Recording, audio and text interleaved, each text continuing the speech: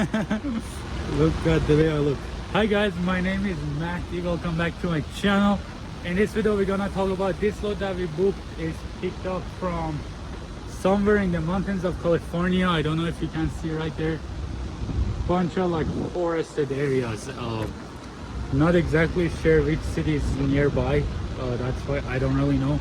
But we're gonna talk about it. But first we have to strap it, tarp it, and then get out of here.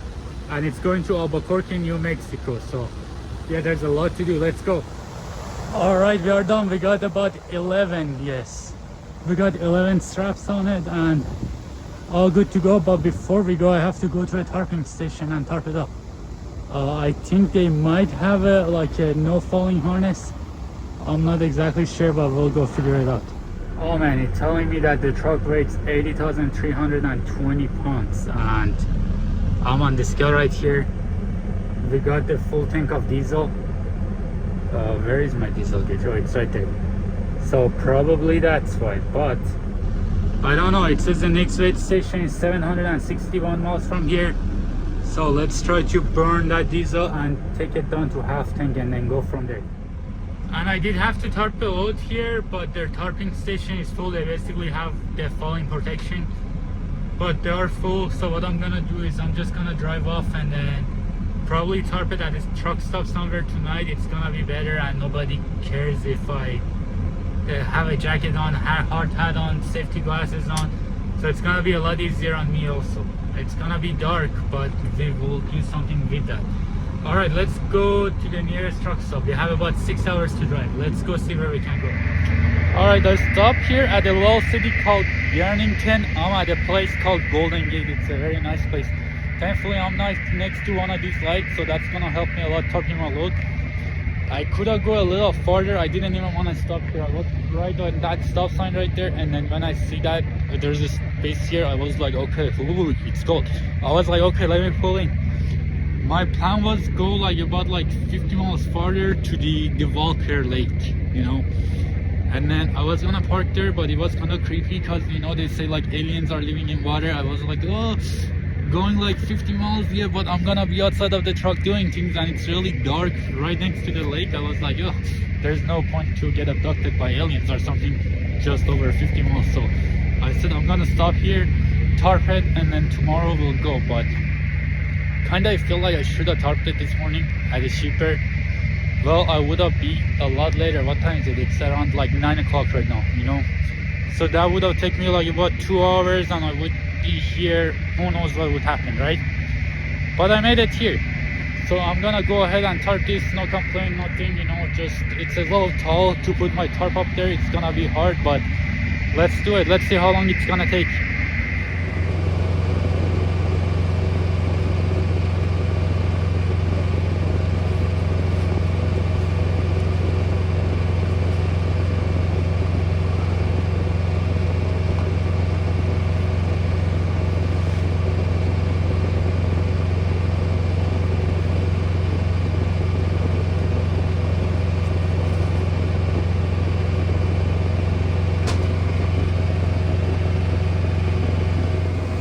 I gotta be really careful because this is a tricky one. Look, if I take a wrong step, I'm dead. Like DED dead. No, it's actually DEAD. No, that's that. It's actually DAED dead. Dead. I'm retarded. All right, one is done and I got 2 more to go. I like to do it like that. I usually put one, bungee it up, wrap it up, all fixed, and then do the second one, and then bungee that up, and then do the third one. I don't know why. I feel like it's easier for me, but yeah, I usually measure my load by step, and if it's 14 steps or less, I have to put 2 tarps. But if it's anything over 14 steps, I have to put 3 tarps, and that's like 15 and a half. So barely for anything I have to use the third tarp, which is okay. That like slightly longer, you know. I mean, they're already heavy enough. It's like 160 something pounds, one of these. This is a heavy duty one, all pretty thick leather, you know. So yeah, let's go, let's see. All right, the second one is gone. We only have one more left, and let me show you this. I just put some new batteries on my flashlight. It is a Milwaukee, and let me show you. It turns daytime, no, it turns nighttime into daytime. Look. Oh man, you can't really see how good it is. Oh, let's go under the truck. Here, let me show you like that. There is some lights there. Okay, you see? Wow. You see that? I don't really know how much it costs. It's anywhere from like 35 to 50 bucks. I got it as a gift about like 3-4 years ago. But yeah, it's awesome. You need to get you one. Milwaukee. Alright, I got it all wrapped up. It was really cold towards the ending and I did it. It took me about like 2 hours and 30 minutes, but that's because I used it on. But it's done thankfully, so let's go back to the truck. Oh man, that took a long time, man. Of course I was on duty the whole time. Hey, question, does any of you know anything about California clean truck check? So I got mine, you know, I paid my compliance fee of $30 and I thought that's what it was.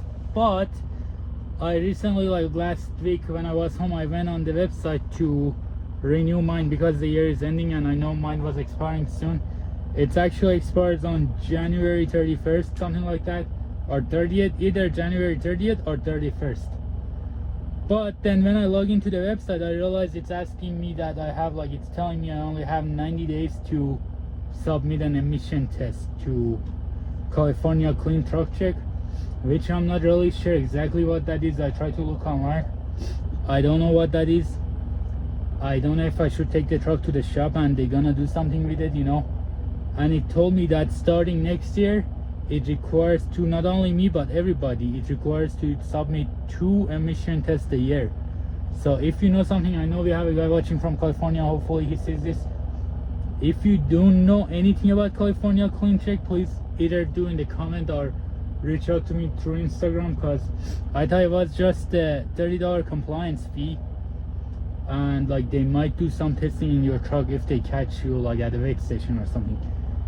But I might be right or wrong, I'm not sure. As I said, I really don't know what it is. I'm trying to figure it out before January 31st, you know. So if I have to take my truck to do some type of testing, I will do that. If I don't have to do that, then I will be happy to not do that, you know.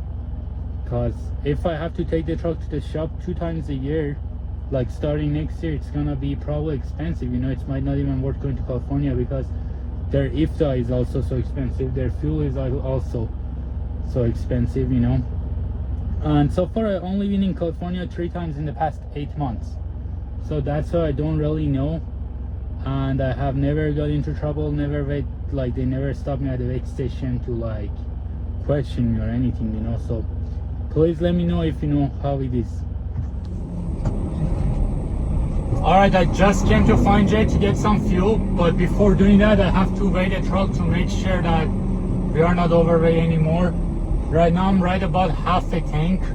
I have to see how much my steer axle and my drive axle weighs before I'm able to get any fuel. So let's see.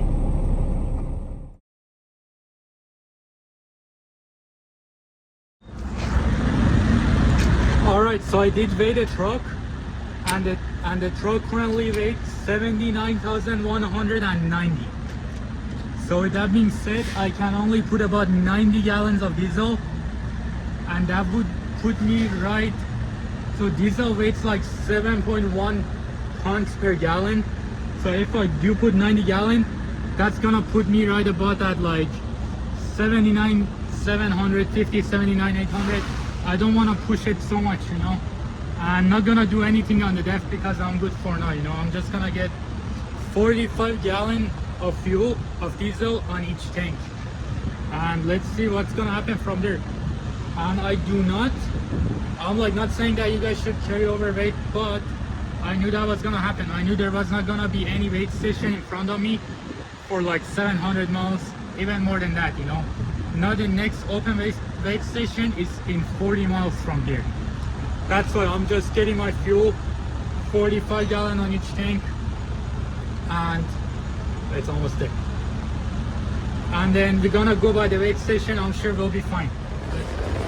And plus the Raycon said the load was gonna weigh 47,000 pounds max, but I'm sure it weighs somewhere about like 48,500 even, you know, because when I empty scaling I weigh only like 32,000 pounds, and when I scale out I weigh 80,320. so you do the math. Almost there. Hold on a second. Almost there. 90. Yeah, you do the math. I think that I'm gonna be, yeah, I would say the load's gotta be over 48,000 pounds for sure. All right, I'm gonna sacrifice another $4 just to have the peace of mind. So let's see how much it's gonna weigh now.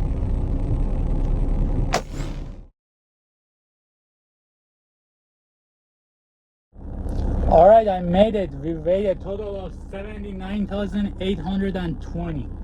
So that's legal for now. And then there's an open weight station 40 miles away. Let's go get that. Thankfully, we did made it here. We did cut a diesel, and we did went up on the scale to make sure everything is okay before we go. Everything is all axles legal. I'm about 32 on the drive, 12.5 on the steer, like 12,500. And about 36 on my tandems, very back of the trailer. I do have the spread axle, by the way, so I can be 36. It's like 36.5. I can be like up to 40. But yeah, for now we are all legal. Let's go see if the weight station is open, or are they gonna close by the time I get there.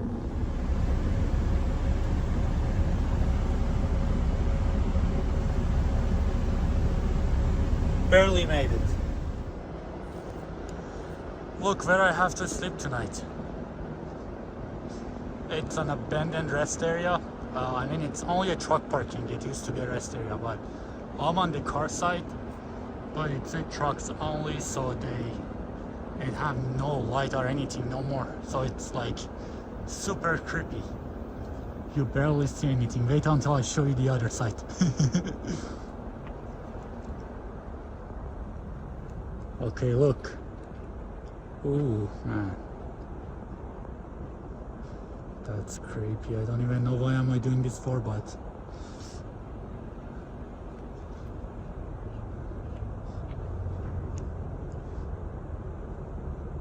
oh man. At least I have one more truck right there with me, so it's not as bad. Okay, so now let's talk about the load. First of all, the guy in front of me left, so nobody's here. It's all me by myself. It's like super creepy actually. But anyway, let's talk about the load. It's a very tight load. I did not tarp it there, even though I drove to like drive more and then sleep 10, wake up and drive almost 11 every day. But every day, I mean, yesterday I didn't drive 11, obviously my shift and time got the same, so I drove a little less. But today I drove like almost all my clock out, and I'm barely gonna make it. That's with changing my appointment. So my appointment was to deliver it at 8:30 in the morning tomorrow, which was like completely impossible. I didn't even know I had that appointment till earlier. Like today I look at the Raycon, and then I saw that the delivery appointment is 8:30 in the morning tomorrow. So I contacted the broker. The broker said, okay, just contact the shipper. I contacted the receiver, and I made a new appointment at 12 o'clock in the noon, basically. And I'm barely gonna make it. If everything goes perfect, I'm gonna be making it there at like 11:40, because after I sleep my 10, I'm gonna wake up like right around 7, and then the destination is 4 hours and 40 minutes away. So it's so tight that yesterday and today I didn't even have time to shower. Like even for my lunch I had to stop for my 32 minutes. I think that's what I stopped, and then I had to drive more. Other than that, how much did the load paid? Well, it paid $3,350. I picked it up yesterday. I'm gonna deliver it tomorrow at noon. And loaded, it's went 1,100. Hold on, let me look at the rate count, so that way I know for sure. It paid decent coming out of there because, oh man, there was some loads that were going to like Colorado for like 220 a mile. You know, I don't know who's gonna take that, especially in this weather. But hold on.